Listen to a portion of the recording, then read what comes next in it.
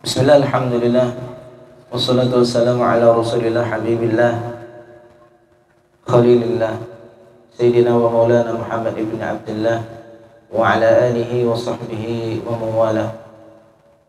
Qala al-musannif rahimahullah ta'ala wa hada man nafa'ana bihi wa bi'ulumihi fid darain amin min kitab Riyadhus Shalihin Imam An-Nawawi rahimahullah ta'ala rahmatan wasi'ah wa nafa'ana bihi wa bi'ulumihi fid darain amin. Masih pada bab tentang fadlil ju' wa khushunatil 'aish wal iqtisar 'ala al-qalil min al-ma'kul wal mashrub wal malbus wa ghairihima min hududin nafsi wa tarki syahwat. Pada malam hari ini masuk ke hadis yang ke-492 yang diriwayatkan oleh sahabat Wa'an Sa'id al-Maqburi an Abi Hurairah radhiyallahu anhu. Diriwayatkan dari sahabat Abu Hurairah radhiyallahu anhu, sahabat yang paling banyak meriwayatkan hadis, padahal beliau Abu Hurairah masuk Islam 3 tahun sebelum baginda sallallahu alaihi wasallam diwafatkan. Jadi tidak lama beliau bersama Nabi, tapi mujahadah bersama Nabi dan minta doa sama Nabi sehingga hafalannya dikuatkan, sehingga menjadi sahabat yang paling banyak meriwayatkan hadis dari Nabi Muhammad SAW. Tidak punya kesibukan lain Abu Hurairah. Sahabat lain Abu Bakar, Umar berjihad ya. Jadi semua sahabat punya porsi dalam jihad masing-masing, tapi Abu Hurairah khusus jihadnya ngaji. Jadi ada yang jihadnya ngaji, ada yang jihad Abu Hurairah seperti sahabat Umar. Bagaimana sahabat Sayyidina Umar ya berpolitik, bagaimana bisa agama ini betul-betul bisa menjadi agama yang tersebar di seluruh dunia ya. Penaklukan dari beberapa kota ini adalah tugasnya sahabat Sayyidina Umar bin Khattab dan sahabat. Ada yang sahabat lain tugasnya apa? Berjihad, berdagang, dengan nafkahnya agama ini berkembang ya, dan banyak yang lain. Annahu, sesungguhnya Abu Hurairah marra biqaumin, sesungguhnya Abu Hurairah melewati satu kaum baina aidihim syatun musalliyah. Di hadapan kaum tersebut, kelompok tersebut ada kambing yang sudah kalau bahasa kita kambing guling. Kambing guling itu kambing yang sudah dipanggang tapi kondisinya lengkap. Kalau dalam bahasa Arab nanti disebut dengan samit ya, syatun samit. Syatun samit itu kambing yang dipanggang sak kulit-kulitnya. Jadi bulunya dihilangkan lalu utuh langsung dipanggang. Annahu marra biqaumin baina aidim syatun musalliyah fada'auhu, lalu mereka kaum tersebut ngajak makan kambing itu. Kalau kita mau enggak kira-kira? Maulah diajak makanan halal ya. Tapi sahabat Abu Hurairah ada satu hal yang ingin beliau ajarkan. Ini bukan berarti saat Abu Hurairah enggan mengijabahi ajakan untuk makan ini kambing. Abu Hurairah enggak mau. Tapi ada satu didikan, bukan berarti hukumnya tidak boleh. Fa'aba an yakul, Abu Hurairah enggan untuk makan. Wa qala, dan Abu Hurairah mengatakan alasan kenapa dia enggan untuk mengijabahi panggilan. Qala kharaja Rasulullah minad dunya, Rasul keluar dari dunia, wafat dari dunia, walam yashba min khubzis syair, tidak pernah kenyang makan roti gandum. Tidak pernah makan kenyang makan roti gandum. Roti gandum itu makan roti yang enak, tidak pernah kenyang dari makanan, apalagi makan daging. Abu Hurairah sangat paham. Kenapa? Karena Abu Hurairah tinggalnya dekat Nabi di masjid. Karena Abu Hurairah termasuk daripada ashabus suffah ya, orang-orang ahlus suffah, orang-orang yang tinggal di pelataran Masjid Nabawi, di belakangnya ada 300 sahabat yang itu semuanya diopini sama. Jadi tahu betul bagaimana Nabi SAW makan, sehingga Abu Hurairah mengatakan itu. Jadi ada satu hadis yang ingin disampaikan Abu Hurairah. Musalliyah bi fathil mim ay masyuyah ya. Jadi musalliyah di sini artinya kambing yang dipanggang. Wa an Anas radhiyallahu anhu qala, diriwayatkan dari sahabat Sayyidina Anas radhiyallahu anhu qala. Sahabat Sayyidina Anas ini sahabat siapa? Sahabat yang membersamai baginda sallallahu alaihi wasallam dari umurnya berapa? 10 tahun. Ummu Sulaim ibunya menghadiahkan kepada baginda, ya Rasulullah, Unais, Anas kecil ini tolong dibawa dan dia akan berkhidmah kepadamu. Dari umur 10 tahun jadi khadim Nabi. Ya, dan Nabi SAW tidak pernah berkata kepada Anas terhadap sesuatu yang tidak dilakukan, ngapa tidak engkau lakukan? Atau yang sudah dilakukan, kenapa melakukan begini? Tidak pernah Rasulullah SAW. Sayyidina Anas dapat doa Nabi. Apa doa baginda Rasulullah SAW? Allahumma akthir malahu wa waladahu. Ya Allah, banyakkan hartanya, banyak anaknya. Lalu dari riwayat lain, wa atil umrahu waghfir dzambahu. Panjangkan umurnya dan hapuskan dosanya. Doa Nabi. Jadi doanya ada 4. Ya Allah, berkahi, Allahumma akthir, perbanyak hartanya, perbanyak anaknya, lalu apa lagi? Lalu panjangkan umurnya dan hapus dosanya. Masya Allah doa Nabi. Sehingga sahabat Sayyidina Anas bin Malik termasuk sahabat yang paling terakhir wafat. Kapan beliau sahabat Sayyidina Anas wafat? Wafat di tahun ke-91 Hijriah. Artinya umur Sayyidina Anas berapa? 100, ada yang mengatakan 101, ada yang mengatakan 102, ada yang mengatakan 103 tahun wafat. Anaknya dan cucu-cucunya itu 150 anak cucu. Anaknya banyak, hartanya banyak, barokah. Bagaimana tidak barokah sahabat Sayyidina Anas? Punya kebun, ya, kebunnya itu biasanya kurma itu 1 tahun sekali matang. Kebunnya Sayyidina Anas setahun 2 kali matang. Pernah suatu ketika di musim kemarau semua kekeringan. Nah, Sayyidina Anas bin Malik datang ke kebunnya berdoa kepada Allah Subhanahu wa taala, meminta kepada Allah. Lalu hujan cuma di kebun Anas, cuma lewat dikit kebun orang sebelah. Di atas, persis di atas kebunnya Sayyidina Anas. Barokah doa Nabi. Sekali doa sama Nabi, Allahumma akthir malahu, ya Allah, banyakkan hartanya, banyak anaknya. Wa atil umrahu, panjangkan umur, panjang umurnya. Sampai 100 lebih. 100, ada mengatakan 103, 102 atau 100. Ya. Dan ini banyak meriwayatkan juga hadis dari Nabi SAW, karena sering bersama Nabi SAW selama 10 tahun berkhidmah dengan baginda Nabi Muhammad SAW. Jadi paham betul yang meriwayatkan hadis ini memang orang yang selalu bersama Nabi. Jadi meriwayatkan tentang apa? Lam yakul Rasulullah SAW ala khiwanin hatta mata. Tidak pernah baginda itu makan ala khiwan. Khiwan ini semacam wadah. Ya, kita tidak mengatakan itu piring, ya. Tapi ini wadah yang dipakai sesuatu untuk makan. Orang dulu biasa pakai khiwan ini untuk orang-orang yang sombong. Kenapa? Karena kalau orang sombong dia tidak mau nundukkan kepala. Kalau orang makan rame-rame kan di bawah. Jelas kalau makan nunduk kepalanya tidak. Nah, dulu orang sombong tidak mau makan bareng-bareng. Makanya dewek pakai piring. Jadi orang sekarang kalau makan pakai piring karena sombong, ya masuk dalam larangan ini. Walaupun di sini hukumnya apa? Hukumnya jaizah. Kata musannif di sini, lakinnaha jaizah. Hukumnya pakai wadahan gitu, hukumnya boleh. Ini kan kebiasaan orang dulu. Kebiasaan orang dulu kalau makan pakai piring, wadah sendiri itu sombong. Kenapa? Karena dia tidak mau makan di bawah. Kalau makan rame-rame orang 3, orang 4 itu kan makanya harus ke bawah. Tidak mungkin 3 kita ngambil dewek begini kan. Harusnya di bawah gitu, makan bareng, nunduk kepalanya. Tengok orang makan bareng-bareng tuh nunduk kepalanya. Tapi kalau pakai piring bisa. Tapi bisa pakai piring tapi taruh bawah. Kita makan pakai piring, piringnya di bawah. Bisa juga. Jadi mulai malam ini kita biasakan untuk makan jangan begini. Taruh di bawah biar kita yang makan. Ngambil dari wadah itu biar menundukkan kepala. Menyelisihi dari kebiasaan orang terdahulu saat makan tidak mau kepalanya di bawah. Lam yakul Rasulullah SAW ala khiwanin hatta mata. Rasul itu tidak pernah makan di wadahan sampai beliau SAW itu meninggal. Tidak pernah makan di wadahan tersebut.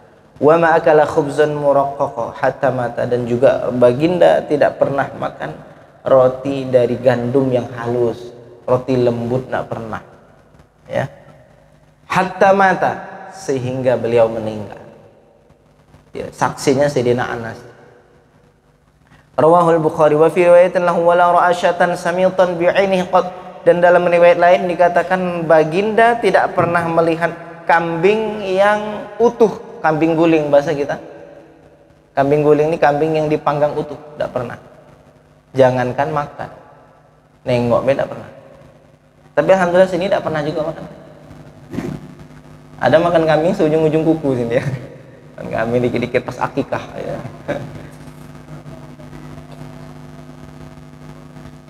Wa 'anin Nu'man bin Bashir radhiyallahu anhu maqala, diriwayatkan dari sahabat Nu'man bin Bashir radhiyallahu anhu maqala, berkata, laqad ra'aitu nabiyakum sallallahu alaihi wasallam wa ma yajidu minad daqali ma yamla'u bihi batnah.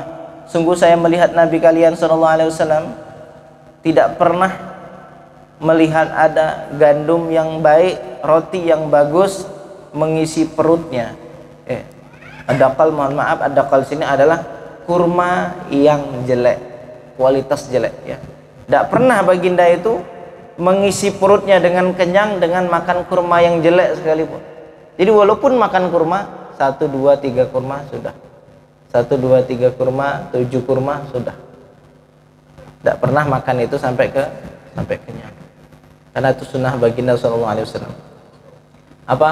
Kalau makan sampai harus lapar dulu, lalu berhenti sebelum kenyang. Dan ternyata ini sudah menjadi satu kajian ilmiah zaman sekarang. Kunci kesehatan di situ. Saat kita makan jangan sampai kita kekenyangan. Lalu sebelum makan kita harus lapar dulu. Dan itu sudah 1400 tahun lalu diamalkan oleh baginda sallallahu alaihi wasallam saat ketika ada raja dari Mesir mendatangkan 3 hal. Mendatangkan madu dan mendatangkan tabib, dokter, sama mendatangkan seorang wanita yang bernama siapa, ibunya Ibrahim, Maria Al-Qibtiyah. Lalu madu diminum sama baginda sallallahu alaihi wasallam, lalu tabib, dokter suruh pulang. Kenapa? Karena kami adalah umat, kami adalah kaum yang terbiasa untuk tidak makan kecuali saat kami lapar dan kami berhenti sebelum kenyang. Jadi itu sudah obat segala obat. Kamu baliklah. Kirimannya tidak kami terima. Yang kami terima adalah Maria Al-Qibtiyah sama madu. Jadi pemberian dari orang yang tidak beragama Islam boleh selagi makanan itu makanan halal. Ada tetangga sebelah orang Cina beli kita minuman Sprite, diterima boleh tidak? Boleh diterima. Diminum boleh diminum. Yang tidak boleh kalau dia ngasih makanan apa? Makanan haram. Ya, kambing guling, tapi kambing guling yang tidak berleher ya.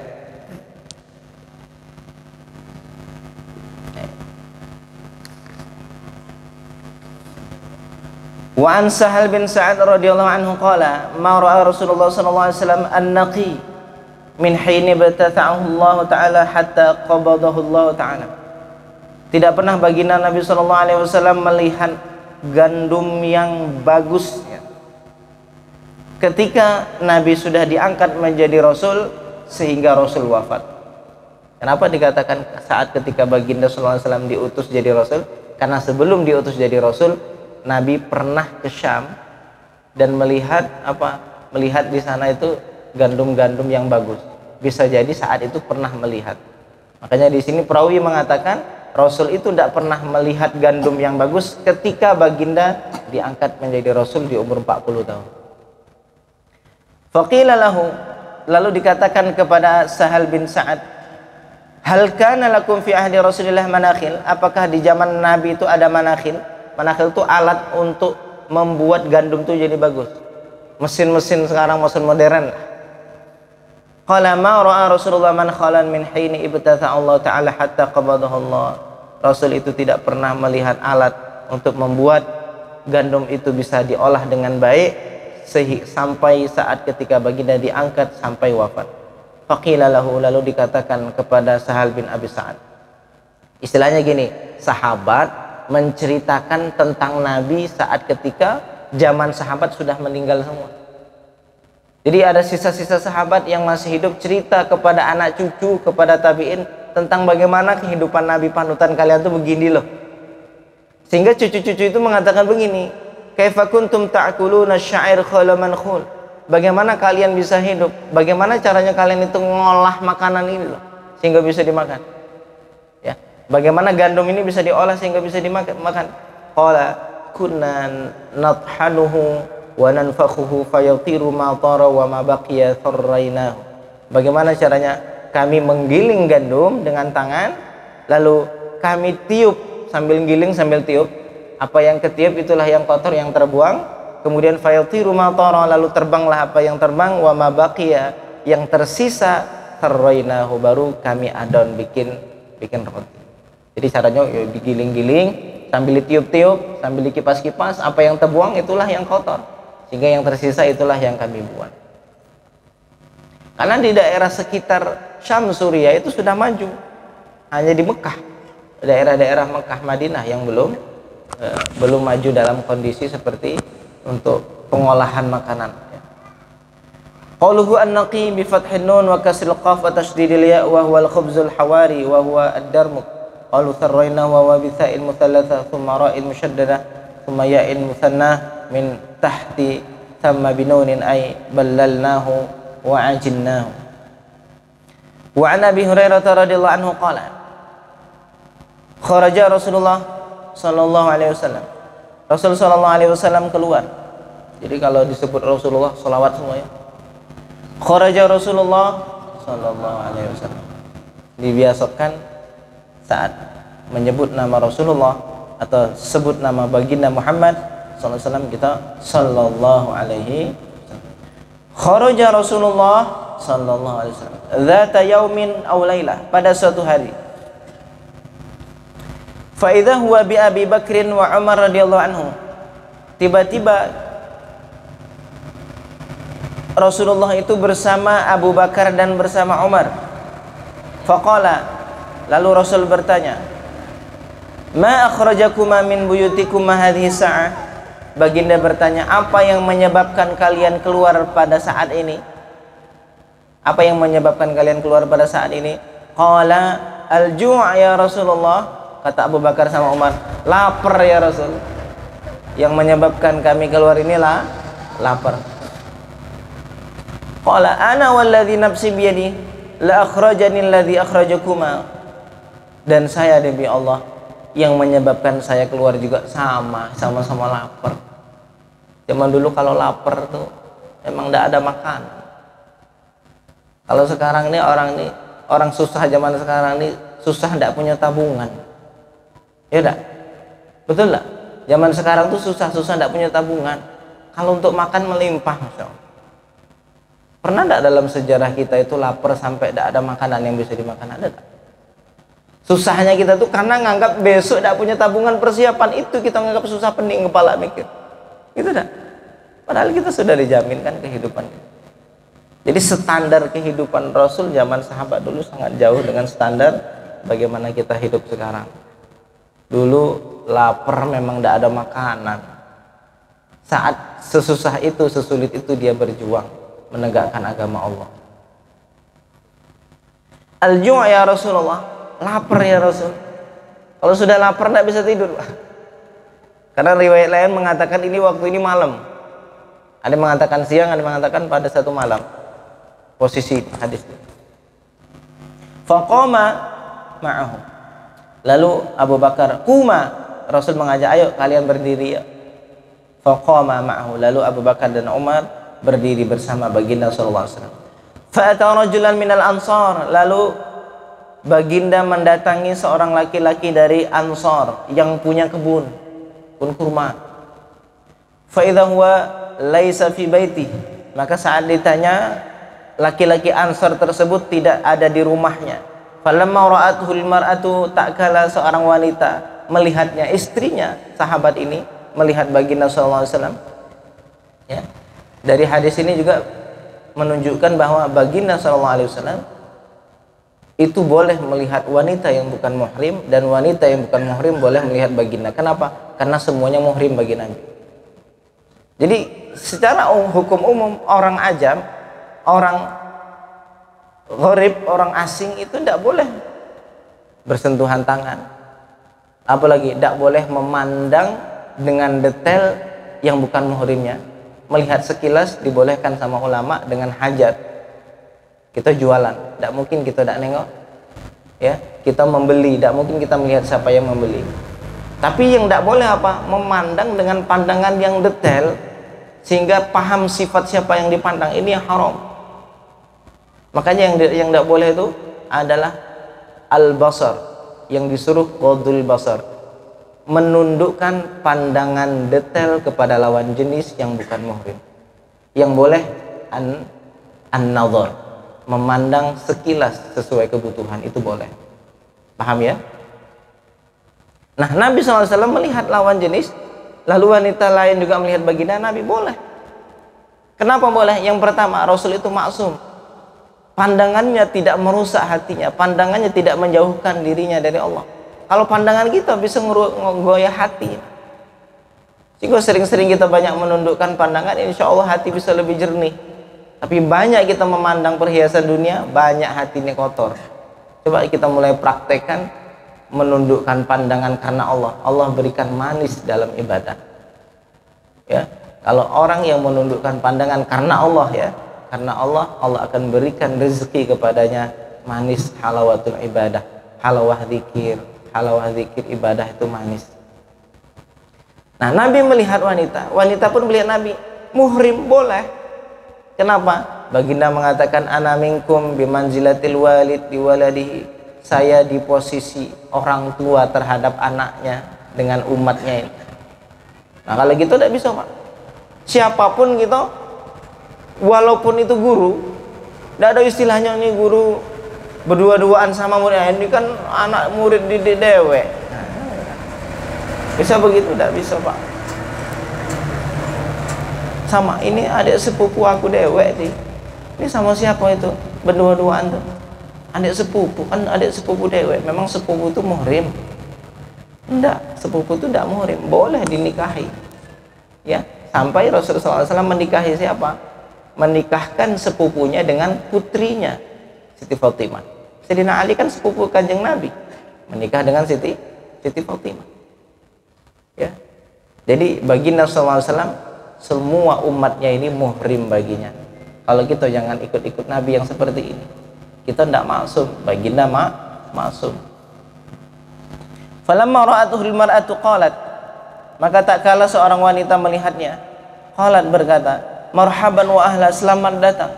Faqala laha Rasulullah SAW, aina fulan, mana si fulan? Maksudnya suaminya mana? Qalat dhahaba yasta'idhu lanal ma', dia sedang pergi mencarikan air minum untuk kami. Zaman dulu air minum nyari dulu. Ya. Bahkan di Mesir 100-200 tahun yang lalu kalau mau cari air harus pergi ke Sungai Nil, bawa wadah. Wadah itu pun bukan ember ya, wadah yang terbuat dari batu, yang terbuat dari apa? Yang terbuat dari tanah, ditaruh di kepala. Berapalah bisa banyak diangkut ya. Sekarang cetek, masuk ke tinggal buka keran. Oh, ini besok ditanya semua di akhirat nih, Pak. Hidup makin enak tuh makin ditanya, Pak.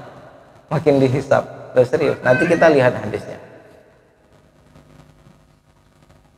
Irja al-ansari, tiba-tiba datang orang Ansar, ini suaminya datang. Fanadhara ila Rasulillah sallallahu alaihi wasallam wa sahibihi, lalu dia memandang kepada baginda sallallahu alaihi wasallam dan dua sahabatnya Abu Bakar, Umar. Masya Allah, rumahnya didatangi Rasulullah, didatangi Umar, didatangi Sayyidina Abu Bakar. Betapa girangnya sahabat ini didatangi baginda sallallahu alaihi wasallam. Tsumma qala alhamdulillah, kemudian berkata alhamdulillah, ma ahadun al-yawma akramu adhiyafan minni, hari ini tidak ada satupun orang yang kedatangan tamu mulia dari diriku. Yang paling mulia diri hari ini, kedatangan tamu adalah diriku. Datang kepadaku tamu mulia. Nabi datang. Betapa bahagianya. Dan bersama sahabat termulia, Abu Bakar dan Umar. Fantalaqa faja'ahum bi'adqin fihi bisrun wa tamrun wa rutab. Lalu laki-laki Ansar tersebut datang dengan membawa seciduk. Kalau bisrun itu kurma yang baru dari batang. Jadi ada bisrun, ada khilal, ada balah, ada rutab, ada tamar. Tingkatan 5 tingkatan. Jadi tingkatan fase matangnya kurma itu, yang paling matang tuh kurma yang kita biasa makan yang kering-kering tuh kurma. Sebelum itu ada namanya rutab, sebelumnya apa? Balah, sebelumnya ada khilal, sebelumnya bisrun. Itu tingkatan kurma. Kalau baru metik kan bisrun masih keras. Nah, ada namanya rutob, ada balah yang matang, dan itu namanya tamar atau kurma. Itu kita sebut kurma. Semuanya dibawakan untuk Nabi. Faqala kulu, lalu laki-laki Ansar tersebut mengatakan, kulu, silahkan makan. Wa akhadhal midyah, lalu ia mengambil pisau. Ngambil pisau apa? Untuk dipotongkan kambing. Faqala Rasulullah SAW, lalu baginda sallallahu alaihi wasallam bersabda, iyyaka wal halub, kalau nanti nak motong kambing, jangan kambing yang menyusui atau yang sedang banyak susunya, jangan. Cari yang lain. Fadzabaha lahum fa'akalu minasyati wa min dzalikal azki wa syaribu, lalu disembelihkan untuk mereka, lalu mereka makan. Ya, Nabi dan sahabat Abu Bakar Umar makan dari kambing tersebut dan minum dari air yang dibawa oleh sahabat tersebut. Falamma an syabi'un wa rawaw, tak kala kenyang dan mereka sudah puas dengan makanan tersebut, qala Rasulullah sallallahu alaihi wasallam, baginda sallallahu alaihi wasallam berkata kepada Abu Bakar dan Umar radhiyallahu anhuma, walladzi nafsi biyadihi, demi Tuhan, demi Allah yang diriku dalam genggamannya, la tus'alunna an hadzal na'im yaumal qiyamah, kalian akan ditanya tentang kenikmatan ini di hari kiamat. Kalau menurut kita kan standar orang lapar makan, gitu ya, makan, minum air dingin, lalu makan kenyang, standar manusia. Tapi baginda SAW tetap mengatakan, kalian akan ditanya, semua akan diperhitungkan.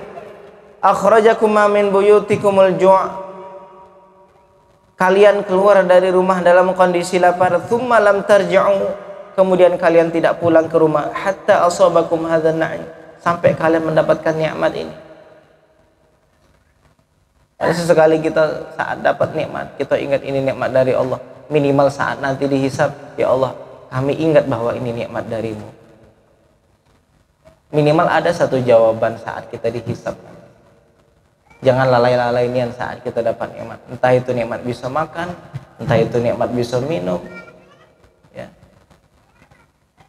Qauluha yasta'dzibu ayatlubul ma'al adb wa huwa at-tayyib wal idqu bi kasril ayn wa iskani dzalil mu'jama wa huwa al-kabasa wa huwa al-ghusn wal mudiyah bi dhammil mim wa kasriha hiya as-sikin, ya. Wal halub dzata al-laban was su'al an hadza na'im su'alu ta'did an-ni'am la su'alu taubikh wa ta'dzib. Musannif mengatakan, Imam Nawawi mengatakan, kalian akan ditanya di hari kiamat itu adalah pertanyaan untuk menghitung nikmat, bukan pertanyaan untuk mengintervensi. Karena ini siapa? Abu Bakar sama Umar dan baginda sallallahu alaihi wasallam. Tidak mungkin pertanyaan malaikat kepada mereka pertanyaan yang sifatnya mengintervensi, dari mana kamu dapat, lalu untuk apa, lalu bagaimana, kan tidak begitu. Tapi bertanya tentang menghitung betapa banyaknya nikmat yang Allah berikan.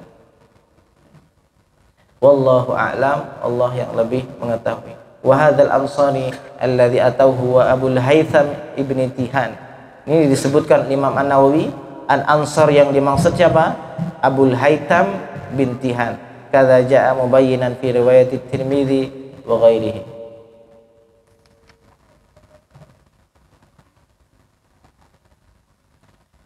Wallahu ta'ala a'la wa a'lam bis-shawab.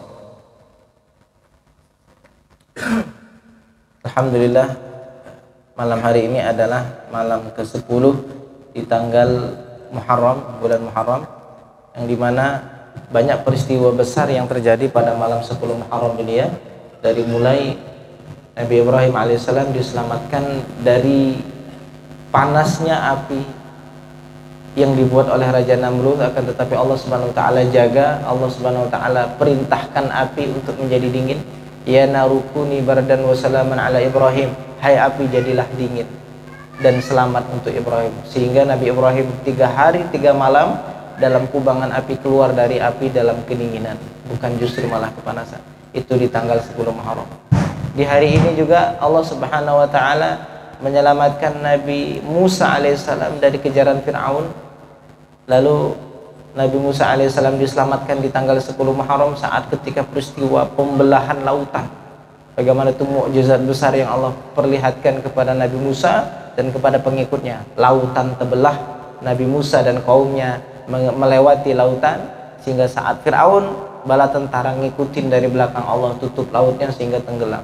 Sampai sekarang Fir'aun Allah selamatkan, al-yauma nunajjika bi badanika litakuna liman khalfaka ayah. Hari ini aku selamatkan badanmu, kata Allah mengatakan kepada jasad Fir'aun, supaya orang-orang setelahmu akan mengambil pelajaran. Ini loh yang dulu ngaku Tuhan, sekarang tak berdaya jadi bangkai yang dipertontonkan sama banyak orang sampai sekarang. Dan Allah menunjukkan kuasanya, jasadnya sampai sekarang ada Fir'aun itu di museum di daerah Tahrir di Kairo ya. Dan itu peristiwanya tanggal 10 Muharram.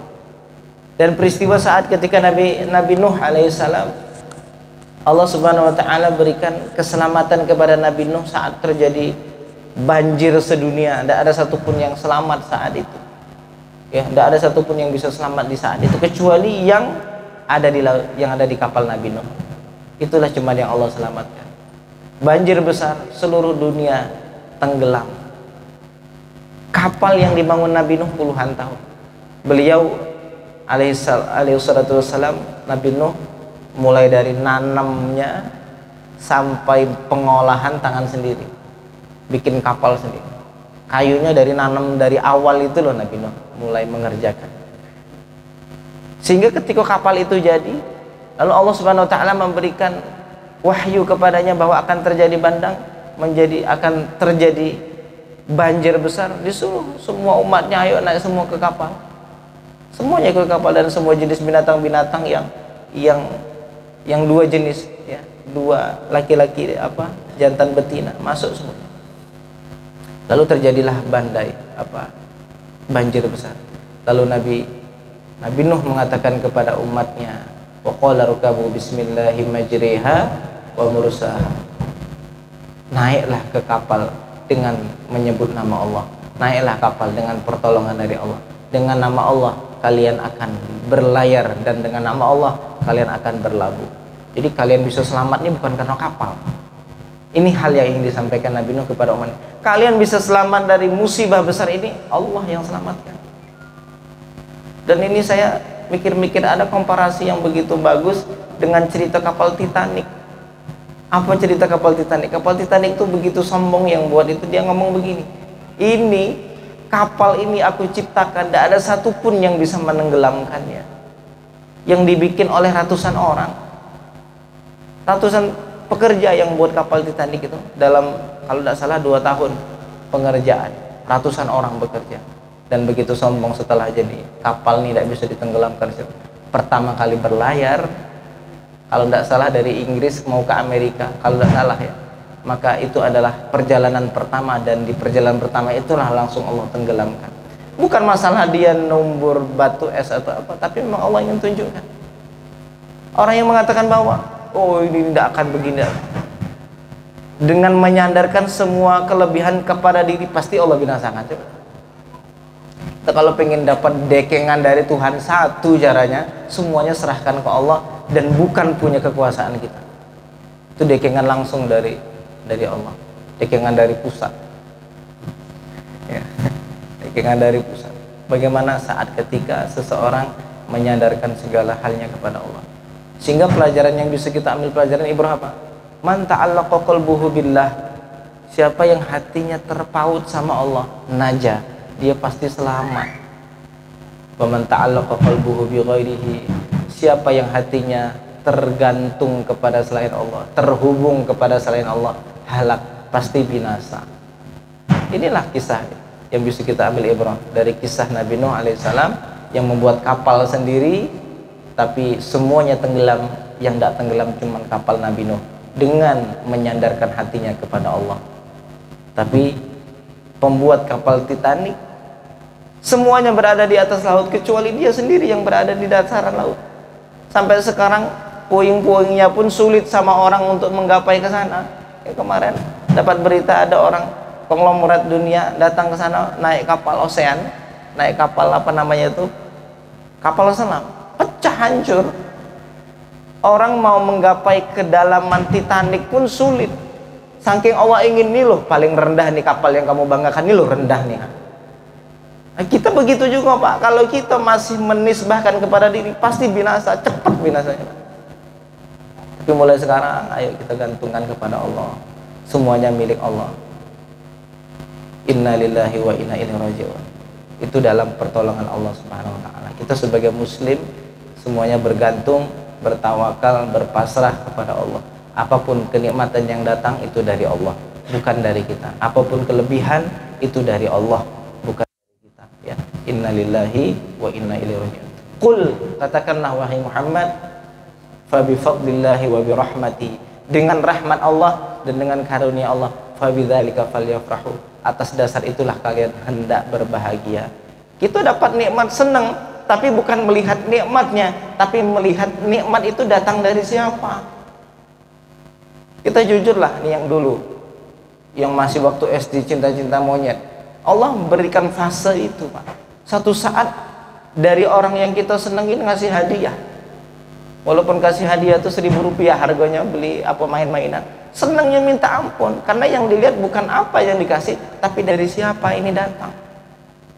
Loh, kita nih dapat sehat, kita tidak usah nengok sehatnya, tapi ini anugerah dari siapa, pemberian dari siapa. Maka kalau kita cara pandangnya begini, datang rasa rindu kepada Allah, datang rasa syukur, rasa cinta kepada Allah. Sehingga kalau sudah datang rasa cinta, terhubung hatinya. Ketika lalai dalam mengingatnya, dia merasa itu adalah satu dosa, beristighfar, taubat kepada Allah, untuk kembali kepada Allah. Jadi malam 10 Muharram banyak kisahnya, termasuklah Nabi Musa alaihissalam diselamatkan. Lalu saat ketika baginda SAW berada di perjalanan salah satu di jalan kota Madinah, melihat ada orang Yahudi yang berpuasa, lalu Nabi bertanya, kenapa kamu puasa? Lalu orang Yahudi tersebut berkata, hadza yaumun najallahu fihi Musa, hari ini Allah selamatkan Nabi Musa, kami berpuasa sebagai rasa syukur saja, Nabi Musa diselamatkan hari ini. Lalu kata Nabi Muhammad SAW, nahnu aula bi Musa minhum, kami terhadap Musa lebih utama, punya hak untuk bisa bersyukur. Akhirnya berpuasa di hari itu.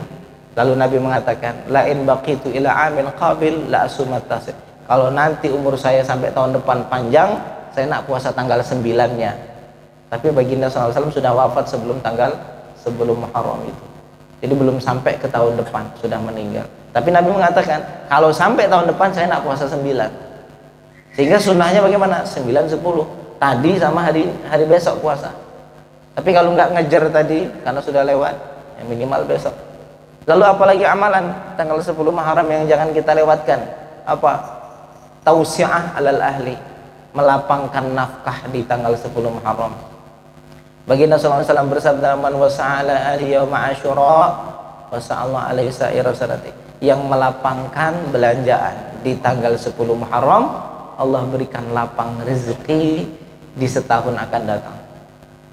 Basinglah yang biasanya nafkahnya 50.000 sehari, hari ini tambah 100.000. Niatnya ngamalin sunnah Nabi gitu ya, ngamalin sunnah Nabi. Jajan ke anak biasanya 5.000, hari ini 10.000, 20.000. Niatnya apa? Mengamalkan sunnah Nabi. Maka dapat sisi keberkahan tausiah. Abdullah bin Mubarak menguji hadis ini Pak. Berapa tahun menguji hadis ini sampai mengatakan betul hadis ini 40 tahun diuji. Cara ngujinya tahun ini setiap tanggal 10 Muharram melebihkan belanjaan, Allah kasih rezeki lebih. Di tahun ini sengaja tahun depan. Hari ini enggak. Tahun ini enggak. Nak nengok ya enggak. Ternyata tahun itu juga Allah kasih kesempitan. Sempit. Tahun depan nyoba lagi 10 Muharram selama 40 kali, 40 tahun. Ternyata kata Abdul bin Umar, hadis ini mujarab benar. Nah, kita tidak perlu nyoba-nyoba lagi lah, ya, yakin saja. Minimal apa? Allah berikan keberkahan hidup, ya. Insya Allah itu jadi kesunahan berkah hidupnya, ya. Berkah hidupnya sibuk dalam ibadah, sibuk dalam ketaatan, sibuk dalam zikir kepada Allah Subhanahu wa Ta'ala, dan sibuk dalam kemanfaatan, ya. Khairun nas anfa'uhum linnas, sebaik-baik manusia adalah yang paling banyak memberikan manfaat, ya. Mudah-mudahan Allah Subhanahu wa taala memudahkan langkah kita untuk ibadah kepadanya ya. Jadi tanggal 10 Muharram besok sunnah puasa mulai malam ini. Yang punya puasa qadha, enak niatnya qadha baik. Qadha. Saya mau qadha puasa Ramadan yang tertinggal. Kenapa? Kalau puasanya besok itu plus akan dapat sunnah Asyura. Kata Syekh Atiyah Saqqar, mufti Mesir ya, dulu mengatakan bahwa saat ketika kita puasa itu puasa qadha, bertepatan hari Kamis, bertepatan dengan tanggal 9 Muharram, dia dapat qadhanya, dapat sunnah Kamisnya, dapat sunnah puasa Tasu'a. Jadi kalau kita niatkan qadha di hari besok, dapat qadhanya, dapat Asyuranya. Fadilahnya apa? Allah hapuskan dosa setahun yang lalu. Masya Allah Pak, seandainya kita malam ini Allah takdirkan sudah meninggal, seandainya kita tahu betapa mahalnya ampunan dari Allah, maka kita akan rela mengorbankan seluruh harta yang kita punya. Kita punya apa? Semuanya kita keluarkan untuk membeli yang namanya maghfirah, ampunan dari Allah, walaupun untuk sehari dosa saja. Berapa ribu hari kita hidup dalam dunia, ada satu kesempatan satu hari diampunkan, tapi dengan catatan menjualnya dengan seluruh harta yang kita punya. Kita pasti akan mau menjual itu, akan menghabiskan seluruh harta demi satu ampunan. Tapi ini loh, dapat 1 tahun ampunan dengan apa? Puasa sehari Pak. Dapat ampunannya, dapat sehatnya, dapat jernih hatinya ya. Insya Allah sama-sama kita niatkan besok puasa ya. Insya Allah besok puasa tanggal 10 Muharram, dan sunnah tausiah alal ahli, meluaskan, melapangkan belanja di hari besok. Niatnya ikut sunnah Nabi Muhammad sallallahu alaihi wasallam. Alhamdulillahirabbil alamin. Malam hari ini juga sekaligus haul 1 tahun 15 tahun almarhum Mansur Yusuf bin Abdullah Mukti ya, almarhum bapak yang meninggal tahun 2008 ya, sama di bulan Muharram. Kita doakan mudah-mudahan Allah ampuni dosa-dosanya, Allah angkat derajatnya, Allah jadikan surga Firdaus tempatnya bersama baginda Nabi Muhammad sallallahu alaihi wasallam. Ila hadratin Nabi Mustafa Muhammad sallallahu alaihi wasallam wa kafatil anbiya wa mursalin wa sahabati wa qarabati wa tabi'in wa nakhussu khususan almarhum Mansur Yusuf bin Abdullah Mukti. Allahumma ighfir lahu, Allahumma ustur awratihi, Allahumma ighfir dhanbahu, Allahumma ij'al qabrahu rawdatan min riyadil jannah wa la taj'al qabrahu hufratan min hufari niran birahmatika ya arhamar rahimin. Sirrul Fatihah. A'udzu billahi minasy syaithanir rajim. Bismillahirrahmanirrahim. Alhamdulillahi rabbil alamin. Ar-Rahmanir Rahim. Maliki yaumiddin. Iyyaka na'budu wa iyyaka nasta'in. Ihdinas siratal mustaqim. Siratal ladzina an'amta 'alaihim ghairil maghdubi 'alaihim waladdallin.